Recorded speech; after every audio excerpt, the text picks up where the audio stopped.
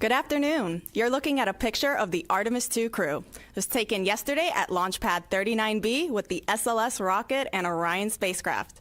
Our first launch attempt for the Artemis II mission is tomorrow, April 1st. The 2-hour launch window opens at 6:24 p.m. Eastern Time. Welcome. I'm Antonia Jaramillo, and this is the pre-launch news conference for the Artemis II mission. Joining us today to speak about the launch countdown is Jeff Spaulding, Senior NASA Test Director. Good afternoon. And Mark Berger, our 45th Launch Weather Officer with the Cape Canaveral Space Force Station. Thank you. They're going to provide some brief opening remarks, and afterwards we're going to take some questions from media here in the room as well as online. For those joining us over the phone, you can press *1 to ask your question. So without further ado, we'll kick it off with you, Jeff. Thank you. All right, and good afternoon, everyone, and welcome, and thanks for joining us today. We are a little over 29 hours from our opening of the launch window tomorrow, and I am very excited myself, and just coming from the firing room just a little bit ago on my way over here, talked to a bunch of members of the team, and I'll say, normally when we're in the firing room working over there, folks got their heads down and they're working and they doing all the business that we do of the space business, but I'll say there was a lot of smiles today, so felt really good about that. As the team is preparing, I think everybody's pretty excited and understands the significance of this launch. We did talk to the flight crew last night. We had a briefing with them. We had another one just a little bit before I went down to the firing room. We had another briefing with them. Last night was just to kind of go over the day of launch routine with them and kind of a refresher for ourselves and for them, and that went really well. They were in great spirits. And then we had another briefing today just to talk about how the launch countdown was going, and as we'll talk here in a little bit, it's been going really well. Let's see, since Charlie spoke to you yesterday, we've got quite a bit of work done. We started out yesterday, the first thing we do usually is fill up the sound suppression systems with water, and when we start working on getting the liquid oxygen, liquid hydrogen systems ready for our propellant loading that's coming up in the future. We did power up all of the vehicles. We powered up the Orion core stage as well as the ICPS yesterday. We did communication checks, RF checkouts on the systems, and then after that we got through all of that work. Then we went ahead and powered down the ICPS because there was no more work for them until later tonight when we power ICPS back up. But of course, core stage and Orion stay powered up through the remainder account. Today we got launch pad ground system configurations in work. We're doing closeouts in a number of areas. We're doing walk downs as we work through the pad to make sure everything is configured for launch. We're also in work on the late stow right now. We should be getting the Avatar and the bags that we're doing in the late stow going up. They were prepping them in the PTCR down in below the pad terminal changeout room, which is the area beneath the pad where we have some rooms, and getting those ready to go up, and they should be being installed as we speak. And then let's see, tonight we're going to be doing a whole lot of other work as we get ready to clear the pad. We do have some work associated with the Orion ground equipment and systems that we use to do the leak checks on the crew suits. And so we'll be working those later tonight to configure those and check them out and make sure they're ready for when we hook up to the crew on launch day. We'll be powering up some of the Orion guidance systems later tonight as well. We do intend to clear personnel from the pad at about 3 in the morning at that point. And then we'll get ready for our air-to-GN2 changeover at about 4 in the morning. We do that. We purge the vehicle with air routinely for the whole flow.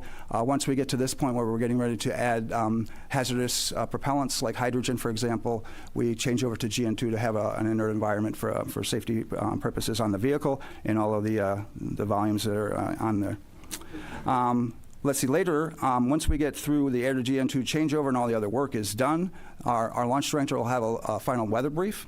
And once we get out of that, she'll signal the team that we are ready to start our propellant loading, and that's scheduled to occur at about 7:34 tomorrow morning. That loading takes a little over 5.5 hours. We'll work through that. As mentioned yesterday by the launch director, we have inserted some time in front of that propellant loading time frame, so that if we are in fact done with all of the work and are ready to go and we can start a little bit early, like a few minutes, we will try to take that and take every bit of time that we can to get ready and prepared for the crew and be prepared for anything else that might happen. So we did that purposefully to give ourselves a little bit of room in that time frame based on the launch director's guidance. Let's see. During the propellant loading, the flight crew will wake up at about 9:45 tomorrow morning. They'll have breakfast and start working towards their preparations for launch day, and getting their suits on and doing all the other work that they have to get ready to head out to the pad.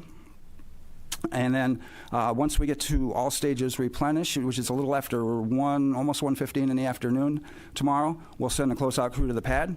All stages replenish is when we're done tanking, essentially. We filled all the propellant onto the core stage and the upper stage ICPS. And at that point, we're only just replenishing the propellant that's boiling off at the same rate, so we keep it full. We do lose quite a bit of propellant during that time frame, and so we will continue to just work that throughout. After that, we'll send a flight crew to the pad. They're going to head out a little before 2 o'clock. And to get into the spacecraft, as I mentioned, the closeout crew is going to go out before them, so they'll have been working that time to prepare the capsule for the flight crew arrival. And then the flight crew will get out there, and then they'll work in the insertion portion, in which we're going to strap the flight crew members into the seats of Orion. And after that, we'll do the final closeouts in the crew module. We'll close the hatches. There's some pressurization checks we do and some other things and at the end. And then we'll clear the white room. And then get ready to get into terminal count. Our closeout crew clears the white room at about 5:30 tomorrow night. It's almost an hour before launch. That's our plan time. After that point, we'll finish the rest of the work and configurations that we can do remotely. And then, excuse me, we'll proceed into the launch team poll. And then after that, the launch director will perform her management poll. And then we'll get in a terminal count for the last 10 minutes of launch countdown. So that's essentially the work ahead of us. And I would say that our team has been working amazingly hard through these weeks and months trying to get this vehicle ready to where it is. We've had some challenges. The team has done an outstanding job managing each and every one of those throughout all of this, through many different scenarios, through weather, through lots of different things that we've had to work through to try to get through all of this and get to where we are today. People are excited and ready to go on this first chapter on our way back to the moon since the 1970s. So we're very excited. So, Mark, over to you. Right. Thank you, Jeff.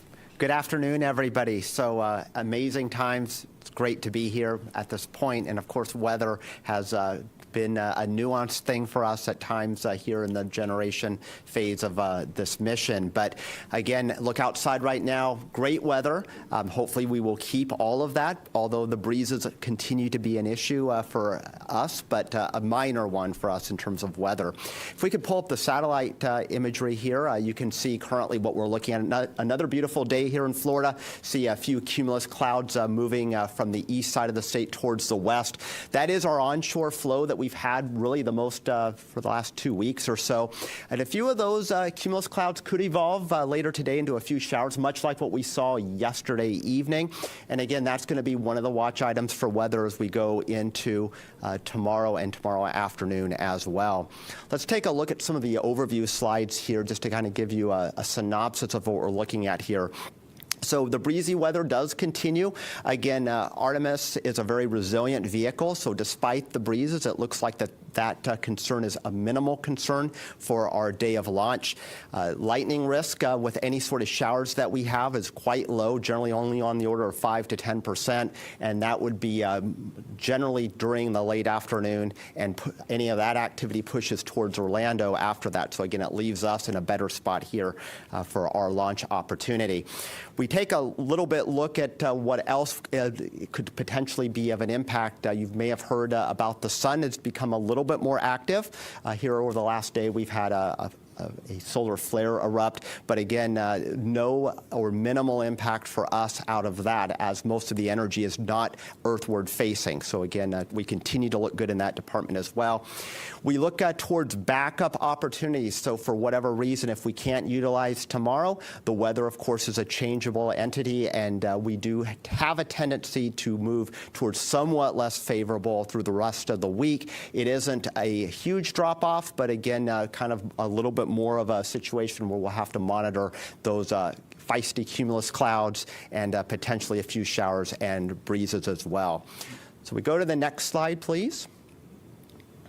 And again, I just wanted to bring this up real quickly with the sun. So this was an image here from this morning. Again, the area that's circled on the solar disk, that is the area that we were watching that produced a solar flare yesterday.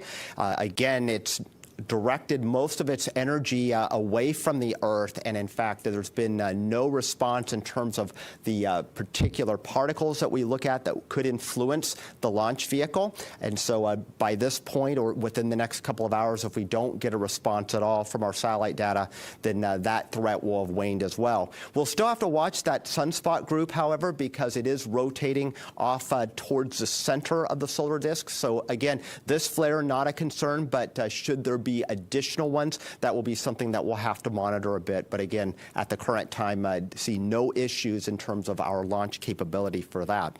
Next slide, please. All right, and taking a look at our cross-section. So we meteorologists like to look at the atmosphere not only on maps, but we also like to look at what's happening through the depth of the atmosphere and with time. So here at Kennedy Space Center on this graph, you can see the metrics there, altitude there, going up into the atmosphere basically to the level of what a jet aircraft would fly. And then in time, we go from left to right from today through the weekend, including our launch opportunities. So the green on this map, which pops out here, is just a moisture profile. It doesn't necessarily mean rain. It just means that there's a little bit more of a predisposition for more clouds and rain.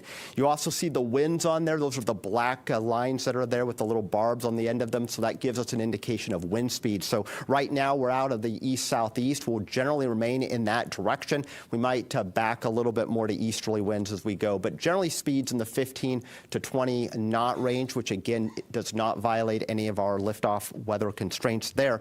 You do see superimposed on there the various launch opportunities, including tomorrow as the primary window, and then the next 3 days. So you do see a day-to-day fluctuation with that moisture content. On any given day, we'll likely get a few showers to develop off of that. But again, with the onshore flow, most of those showers with the sea breeze each day, which tend to be the more vigorous showers, will move off towards Orlando. You do see towards the end of this chart, so going into the weekend and beyond, a much more massive amount of moisture, the green there. And did want to point that out because this is just but one model at one time. And there has been a fair amount of inconsistency to how that moisture evolves. There's just pretty strong hints that we will see an increasingly unfavorable environment as we get beyond this weekend and maybe late into the weekend. But again, I wanted to point that out because some of the charts I'm going to show utilizing another model gives you an idea of the battle that us meteorologists follow every day with trying to assess the uncertainty component of the atmosphere. So next slide, please. All right, so this is for tomorrow. Again, the green blotches here would indicate rain. You can see still an onshore flow. You do see a little bit of green to the west of us. Again, that would be sea breeze-driven activity that has moved off towards the west during the late day hours. But still, if you squint hard enough, you can see a few green blotches lurking in the Atlantic waters. Again, much like yesterday evening, if you were out and about, the few showers rolled in. That is certainly a possibility for us, again, for tomorrow evening. Next slide, please. We are now in range, though, of some of our more high-resolution model guidance. So this indicates two different models that we look at here for the opening of our launch window for tomorrow evening. You can see some of them showing a few blotches of showers offshore, particularly the model that's on the left there. The right is mostly clear for us and has more of the showers, again, to the west of us. And again, in this pattern with an onshore flow, any showers that we have will move from east to west there. So again, it looks pretty good. Even if we have showers around, we have a 2-hour launch window, we should be able to shoot the gap between those showers, and none of these look particularly vigorous. Again, as I mentioned, the risk for lightning, which would expand our standoff distances as far as us launching a vehicle, looks pretty minimal for that threat for tomorrow. Next slide, please. So putting the graphics into numbers here, still maintaining a 20% chance of a no-go condition during the launch window. So the optimistic side of me says that means 80% chance of go here. Again, isolated showers wandering around, but again, a lot of real estate between those showers in all likelihood. So again, we should be able to find some clear air to launch Artemis 2. Again, there's those winds out of the east-southeast, 15 to 20 knots, mild temperatures there. And again, the order of concerns from the weather standpoint here, cumulus cloud, and then winds would be a secondary threat, and then a much more distant threat would be solar weather. Again, the current flare, not a concern. It would be if there were any additional ones that form on the sun, potentially we would have to watch those. So let's go into the next day for our Thursday. Again, pretty similar pattern, still onshore flow. It does look a little windier, again, so that is an additional concern. And you also see a little bit more green, at least in the area. So again, I do suspect that a Thursday evening attempt would have a little bit more weather to deal with. So a POV of roughly 40% is what I'd be advertising for a Thursday evening launch attempt. Again, very similar concerns with the cumulus clouds and the winds as well.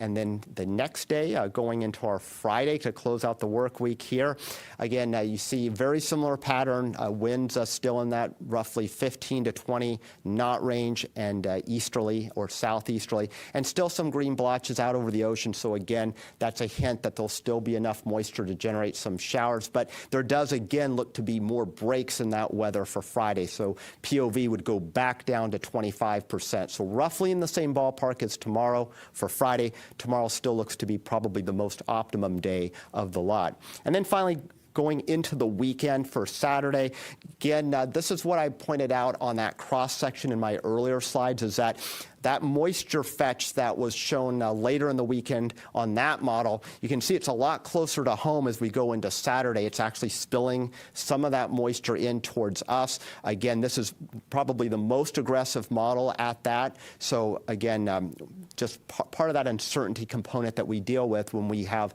limited forward visibility going out a number of days. So all things considered, a Saturday evening launch attempt would definitely have to throttle the POV back up again.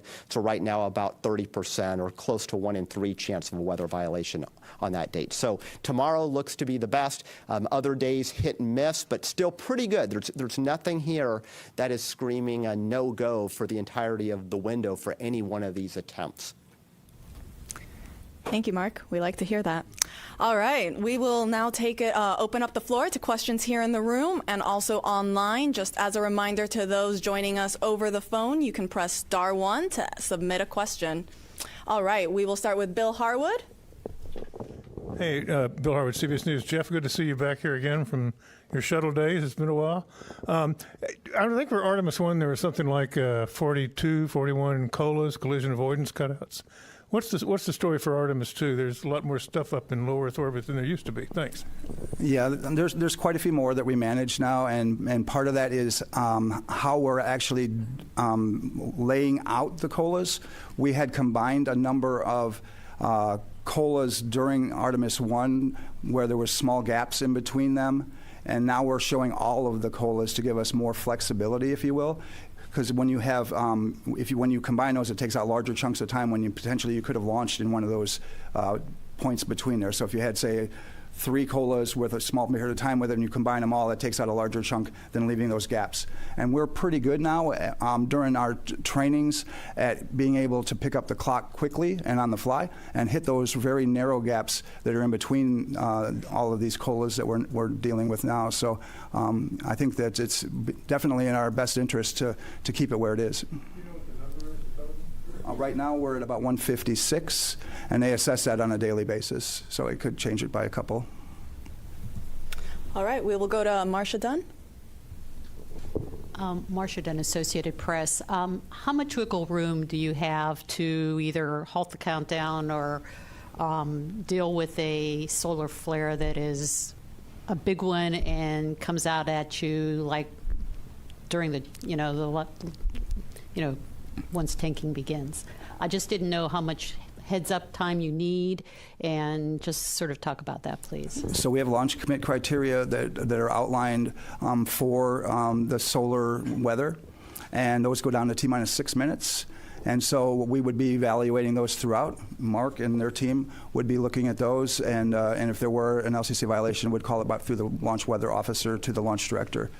Mark, I don't know if there's anything you wanted to add there, but yeah, I'll add a little bit. That's exactly right. And just to give you kind of a background, currently our satellite data from this most recent event that erupted yesterday, as far as the actual particles or protons that would potentially impact a launch for the vehicle, we're running about 2 orders of magnitude below our constraint, and that's just barely above background levels. So again, we have a lot of time to see the response, and in fact, these particular particles, the protons, they are laggards. So if there's an eruption, we'll get the X-rays first. Those will be detected by satellite, and then the protons follow, and those are the ones that are a little bit more nuanced in terms of the actual ability to launch. You know, those are where the constraints are based. So we do have lead time for that. Thank you both. We'll go to Jackie, right there in the last row. Hi, thanks for doing this. A question for Jeff. We've been learning over the past few days that because of this larger hydrogen tank, there's more flexibility with recycling. But we also were told that if you have to hold or abort for weather or technical issue after T-minus 5 minutes, that you can't do a same-day recycle.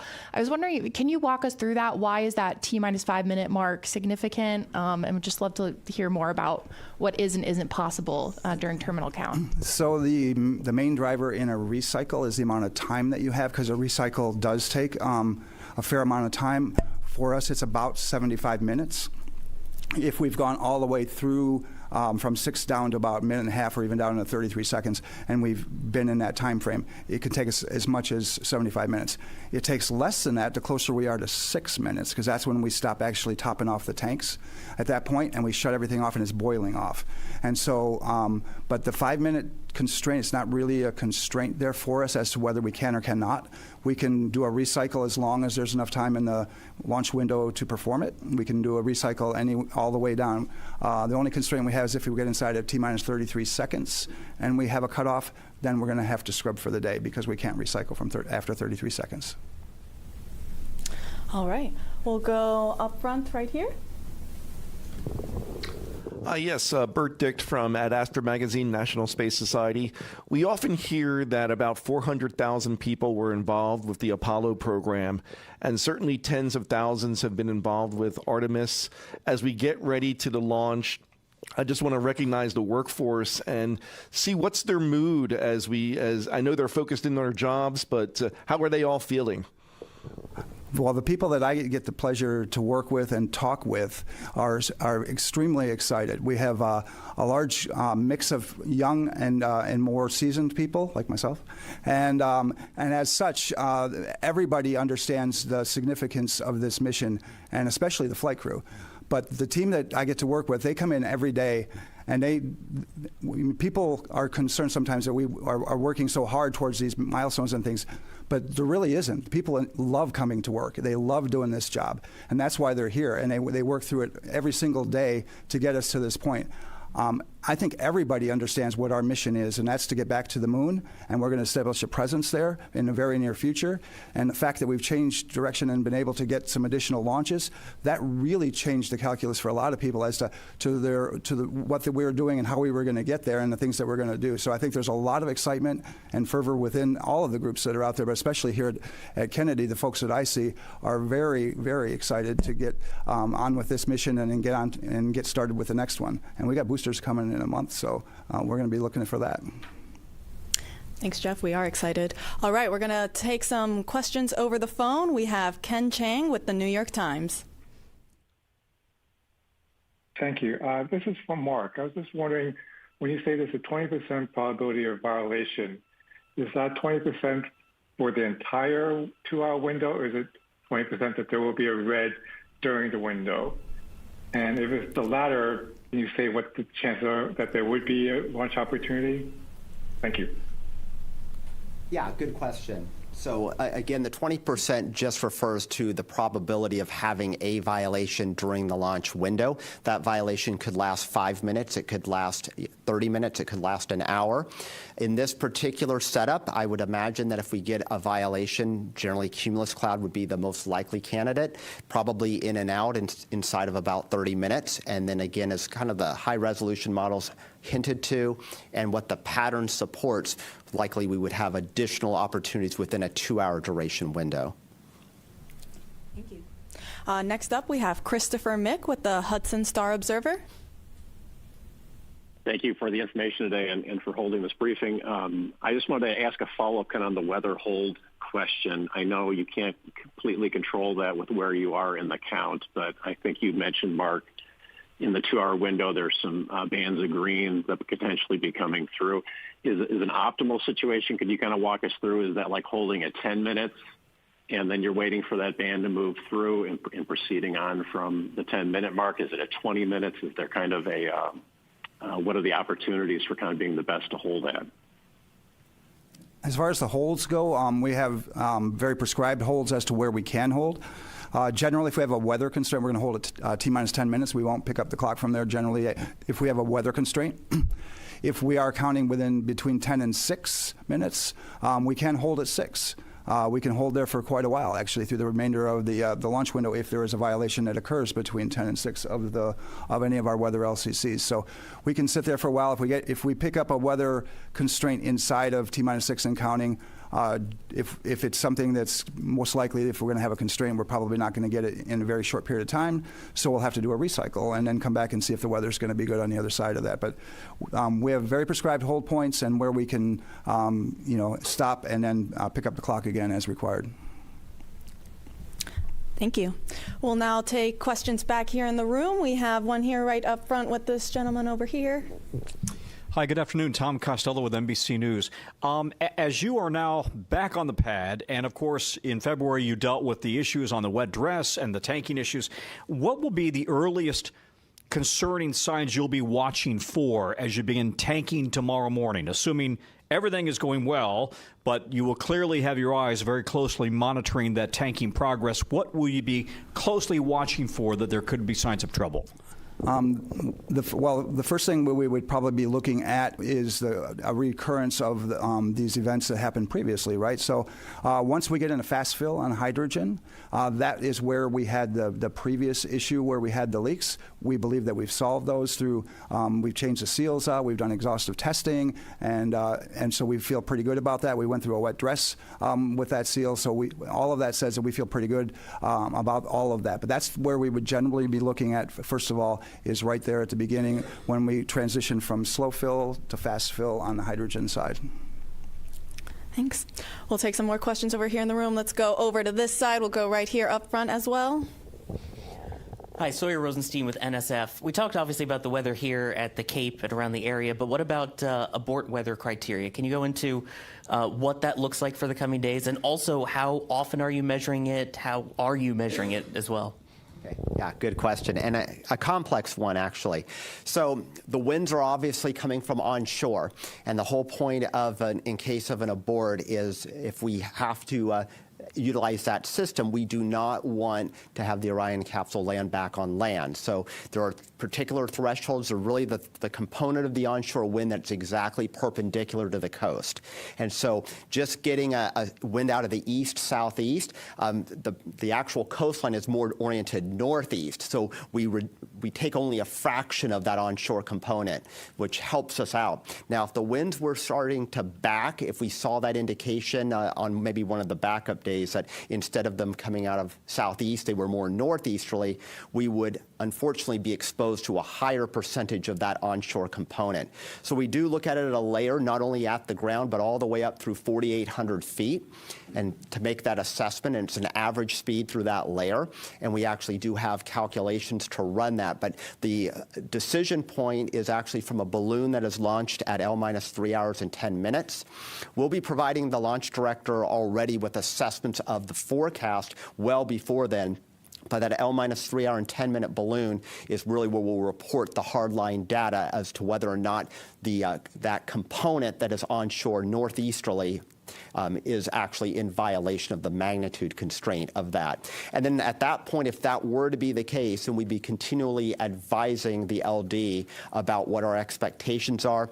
Subsequent balloons will be launched and will also give us a read for that. In addition to balloons, we also have the 915 megahertz sounders that we have, which also give us real-time assessments of what the wind direction and magnitude is. So we have a number of ways to address this. So even if we were to proceed deeper into the countdown, weather, of course, changes. And so the forecast component plus the actual hardcore balloon data and the sounding data gives us that ability to make a forecast and provide numbers. So it's possible at one point in the countdown we could be technically unacceptable for that low-level wind abort constraint, but then evolve to be acceptable or vice versa. Thank you, Mark. We'll go ahead and take then the person right behind him. Tim Dodd, Everyday Astronaut. Can you give us a quick little refresher on if we do go through an entire launch window tomorrow, and we might be holding for weather or whatever, we do have a 24-hour recycle capability for Thursday. Is that correct? And/or if that's not correct, what does the return around look like? And if we do burn up a 24-hour recycle, what then are we at? 48 hours for the next attempt? Can you just run me through the full reset situation? Sure. And we generally would refer that as more of a scrub than a recycle, because our recycle is that time that we have a second attempt. But for our scrub plan, we have opportunities. Right now we're set up for 48 and 24-hour capabilities throughout. We have 4 launch attempts available to us in 6 days. And we'll take a combination of that. As mentioned yesterday, our launch director mentioned our sort of baseline or preferred method is to do a 48, then go into 24, and then followed by 48, and that to set us up for LOX tankers. But there are a lot of other factors that come into that if, in fact, we have weather or other types of things that may say that second, if you wait 48 hours, those aren't good days. So there's a whole lot of factors that come in to that evaluation when we determine the date. We set up for dates, and then we adjust as we need to based on what happened during that kicked us out for the scrub or any other types of things. So, but we have capabilities for 4 attempts in 6 days, and I need to have a couple of 48-hour scrubs in there so that I can take tankers for the liquid oxygen system. Thanks. We'll now go to the other side. We'll go right up there. Hi, Robert Perlman with CollectSpace.com. There's a long history dating back to the Apollo era guys of pulling pranks on launch day with the launch team and with the launch team pulling pranks on the flight crew. And given that tomorrow is April 1st, I was wondering if, maybe without spoiling anything, if there's been any talk about that or whether there's actually been a decision to not do that and stay away from that. So I am not aware of any pranks that anybody intends to pull on the flight crew or in the launch team itself. So I think I'll just leave it at that. But I'm not aware of any, and I'm hoping that we just stay focused on the launch tomorrow. So that's our plan. Good plan. All right, we'll go to Ken Kramer over here. Oh, or to that gentleman instead. We'll get you next. Hi, Jeff Faust of Space News. For Mark, if there is another CME, solar event of some kind, how much time do you need between when it's detected to provide sort of the all clear or say that it is, in fact, in violation of conditions? I'll tell you that it really, solar forecasting makes terrestrial forecasting look easy. So, of course, the sun is, an entity that has almost a mind of its own. But the first initial indication is a surge in X-rays that arrive roughly 8 minutes after the event. But the protons, which are one of the constraints for launch, those lag some time. It could be in the order of a number of minutes to hours, and then potentially any sort of additional flare, of course, we'd be watching real time on satellite data. So sometimes those are pretty quick fuse or quick turnaround events, but oftentimes in this kind of situation, the spike would happen pretty gradually. So you'd see an uptick in those protons, and then eventually that would be a precursor to a more concerning surge. But again, right now we're hovering right around background levels, and it takes actually quite a bit of energy directed towards the Earth for us to even get close to those constraints. And right now where that sunspot group is, it's still kind of out on the limb. Talking to the experts at NOAA's Space Weather Prediction Center this morning, they're the ones who monitor this and forecast this, though they're definitely more in that lane than I am. They also see kind of about a 55% chance that we would get an M-class flare over the next 48 hours. That's a lower level flare. Again, probably not a concern at all. And then a 10% chance over the next 48 hours of an additional X-class. But again, that doesn't say anything of how that energy is directed, which at this point, that energy will have a preference to not be directed towards Earth. In a few days' time from now, if we were to get another flare from that sunspot group as it rotates towards the center of the solar disk, that would be something that would predispose us to getting a little bit more of that energy. But as far as whether or not that's actually enough to trick a constraint, that's still a pretty high bar to reach. Thank you. We'll now go up front right over here. Hi, thank you for doing this. Ken Kramer, Space Up Close for Jeff. Tell me, I'm very interested to know about the LOX and the hydrogen testing that you're doing. You mentioned you're doing a little bit, I think. Can you go into some detail? What are you doing to ensure the best possible outcome so that we don't have any leaks, especially of hydrogen? Well, that was essentially the purpose of, excuse me, our WDR2 as we went through that. And then likewise, we had done it. Yeah, out of the pad. When we're back, we do a number of different leak tests and pressurization tests and decay checks and those types of things throughout the system. We do more of those when we get to the pad, after we hook up the systems at the pad. And thank you so much for taking the time. My question's for Mark. Can you please give a bit of a refresh about the cloud violations and the concerns behind them?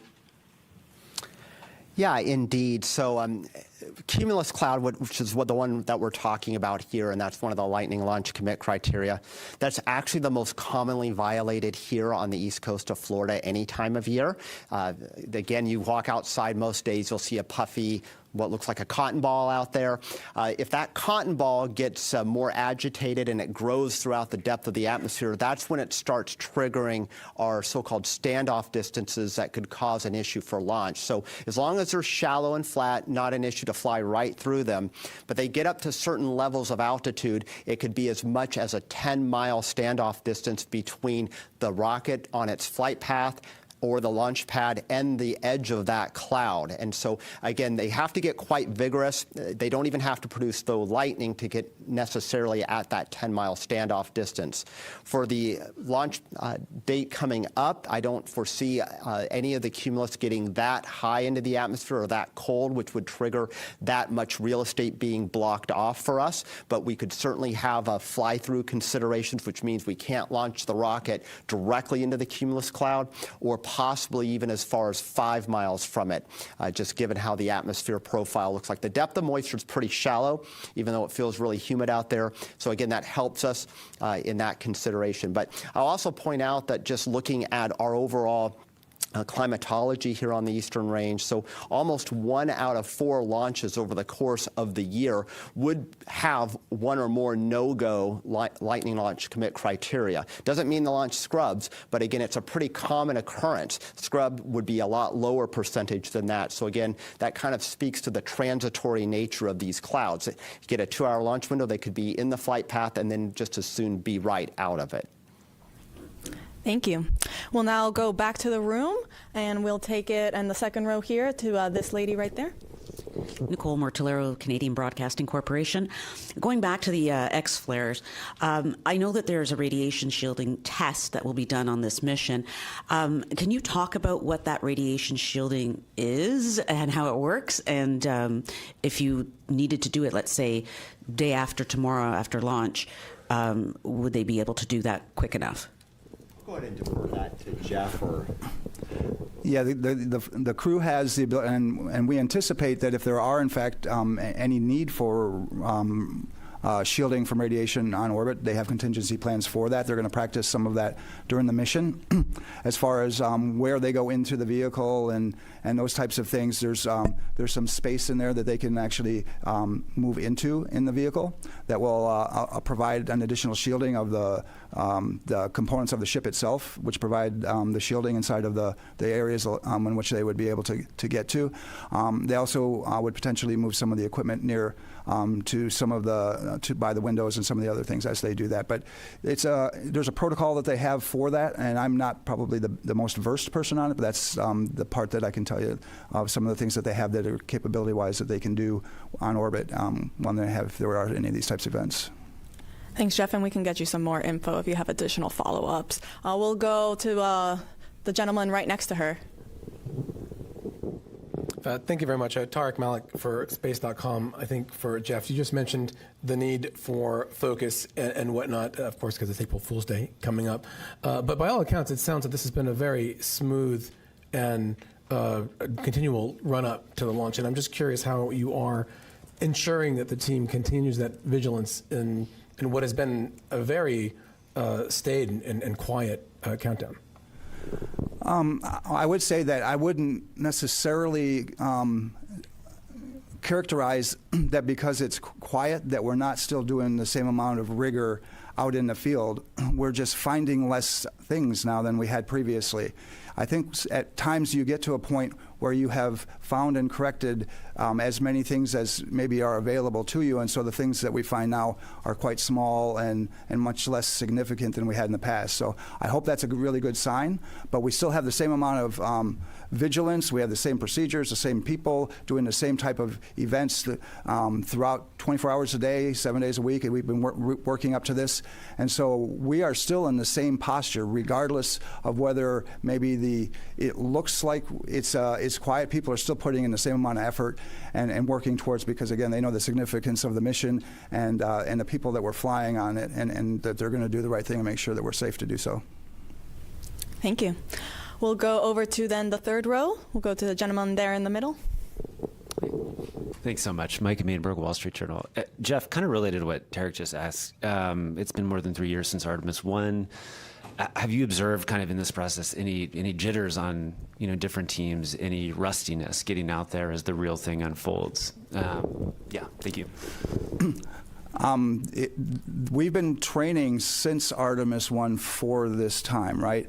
But we've also had to modify a lot of our procedures, hardware, equipment, training, and other things to get to where we are. As we've worked through that, it has been a building process for sure.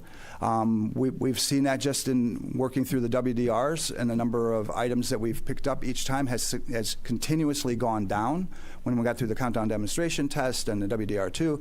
And so, again, I would say if anything, we're learning, we're getting better. We're in the ability for us to improve our procedures is at a point where I think we're at a really good state now, and almost at a steady state to where we're where we need to be certainly for this mission, and we'll continue to improve that. Artemis 3 is going to be a slightly different mission, but we're already working towards that. We got a lot of folks that are engaged in Artemis 3, and we're taking what we've learned from Artemis 2 and going to be applying it, and that'll be another challenge too as we work towards that. Thank you. We'll go then to the gentleman in that same row at the far end. Charles Fulco, Westchester County News and Solar System Ambassador. I remember the Apollo 12 launch very well and what happened. Is there a concern that the booster might lose its guidance if there's a similar lightning strike, or the spacecraft might lose its platform, like what happened in Apollo 12? And if so, what are some accommodations for that?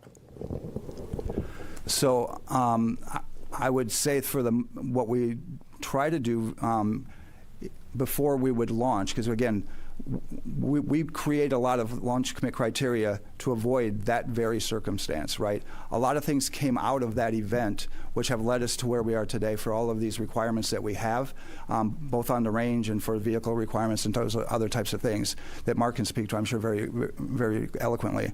But our systems and our vehicles are very robust. We have redundancy and capability throughout. If there were any type of event that we needed to work through, it's really hard to gauge exactly what that would mean. But all of our systems are hardened against various events. They have to fly in space, many of these, right, where we have to worry about solar events and other types of high energy events. So the vehicle is as robust, I think, as it needs to be, and we have the number of systems and robustness in it by having redundancy to allow us to weather many types of different things. And I don't know if you want to talk about the criteria and what's changed or not, but nothing to add, really. Really? You said it well. Okay. Thank you both. All right, we'll take then the one question there all the way in the back.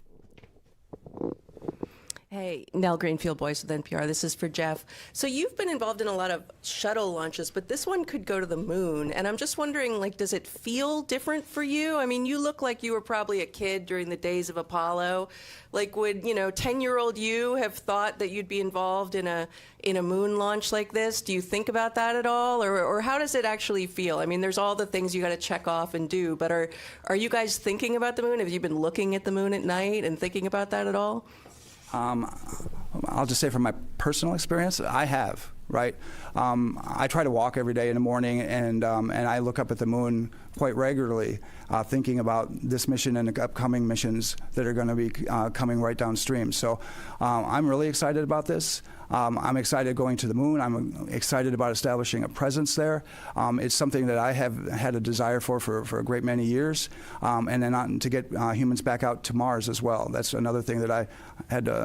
Fortunately, I had the ability to work on some of the studies that we did in the 90s on the Mars missions and things. And so I have been looking for human exploration of the solar system for a very long time.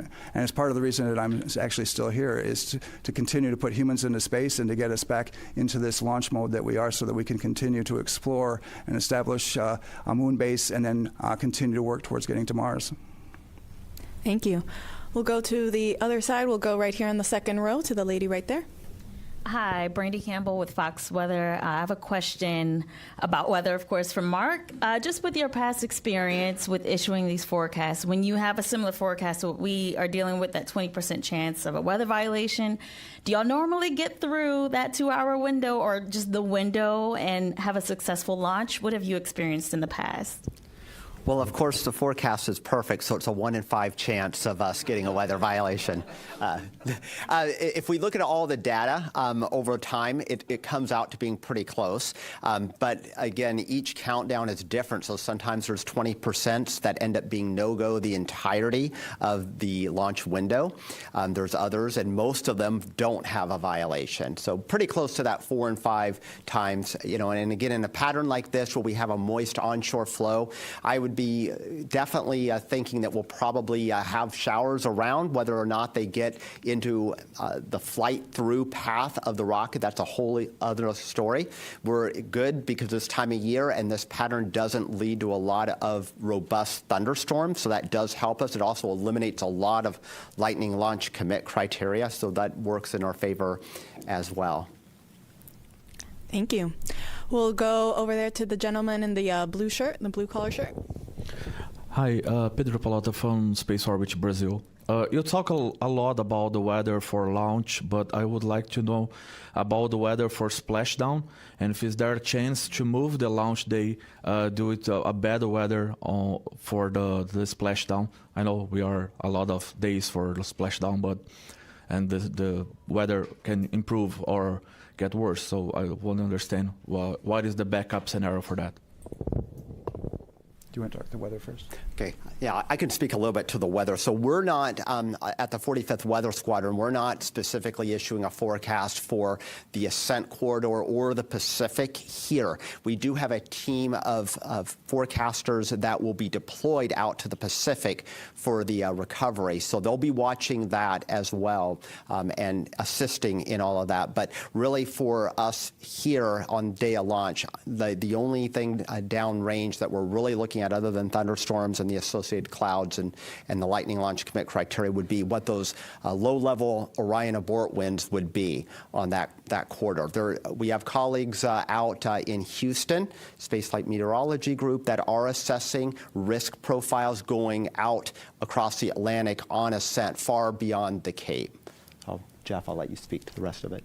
Yeah, and the flight team is part of that assessment that would be done on day of launch about the capabilities that we would have both for any kind of contingency landing, an abort once around, or any type of other event, and that folds into the launch day decision process as to whether we're going to make an attempt or not. We do have quite a bit of flexibility based on weather in the Pacific for those various scenarios. But that is essentially a launch day decision and would be part of the overall decision on whether we tank or whether we launch based on that weather criteria that coming out of the flight control team. Thank you. We'll go to the gentleman there in the back, to Stephen Clark. The Stephen Clark, yeah. So I am Stephen Clark with Ars Technica.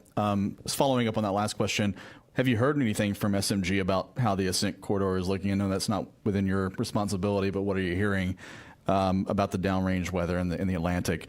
And also for Jeff, just want to make sure, I know the trajectory and the azimuth changes day to day. Does it actually change like minute to minute within the launch window, and how do you manage that, if so, with different conditions and different azimuths? Thanks. Yeah. So yeah, the azimuth does change, minute by minute. Luckily, it's a fairly small slice, so that was something we dealt with Artemis 1 as well. That impacts us because, of course, from a radar and launch lightning commit criteria, that sort of thing, we have to use those trajectories to decide whether or not a cloud would actually pose a threat wherever it is during the actual countdown. What was the first part of your question, please, again? Sure. Just what are you hearing from SMG about the ascent corridor? Oh, yeah, sorry. Right now, weather appears to be very much go. The threat that I saw in the last was under 9% total along the total ascent corridor, so that's really good.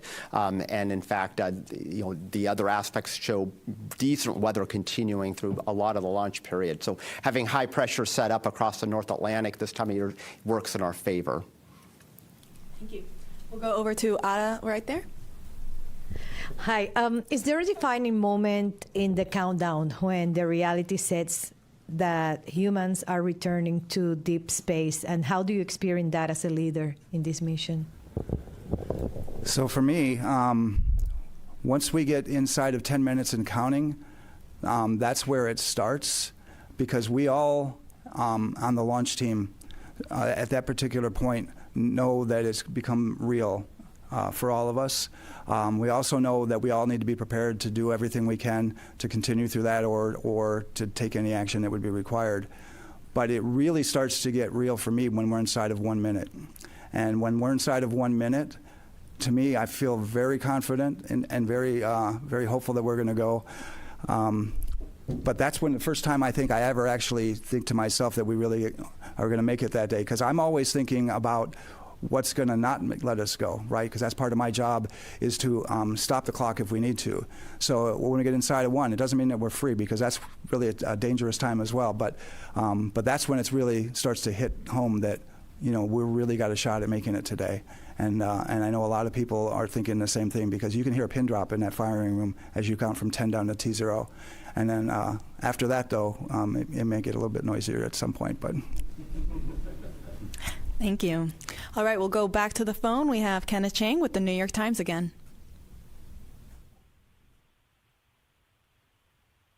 And Ken had hung up at this time. All right. We will then take one more question here in the room. I don't believe we've taken your question yet, sir. Hi there. I'm Semenic with the Globe and Mail. I wonder if you could just say something about the closeout of the capsule, where backup crew members are going to be in the capsule. I think that's this evening, but could you clarify that part of the operation? We have 2 time frames when we'll have the backup crew members, and we'll have 1 at each of the intervals. When we're doing the final closeouts of the capsule before tanking, we'll have one of our astronaut support personnel in there working final configurations for the crew, switch list, and a few other things at that point. And then on our actual closeout crew team. It's a 5-person team. We do have another backup crew member. Andre's on that one, and Jenny's on the first one. But he'll be on that team, and he is responsible. He's one of the 2 people. We also have an insertion technician, Bill does that work, that is responsible for strapping the flight crew in during that time frame and getting the crew module all set up at the very, very end. And then when they're done, they come outside. But he'll be inside of the capsule during that time. The flight crew insertion at the end takes about 30 minutes or so. Once the flight crew's there, they do a little work before that, so he'll be in there before that time frame as well. And at the very end, it's pretty good to watch what those guys are doing. Thank you. I don't see any other hands in the room. All right. Well, then with that, we will wrap up today's briefing. Thank you to our panelists for taking the time to answer all of our questions, and to the media here in the room for asking your questions. Artemis 2 is scheduled to launch at 6:24 p.m. Eastern Time tomorrow from Launch Pad 39B. That's the opening of a 2-hour launch window. You can watch our 24/7 live coverage beginning at 7:45 a.m. And you can, I think, see on your screen below how to watch nasa.gov/ways to watch. Thanks, and go Artemis.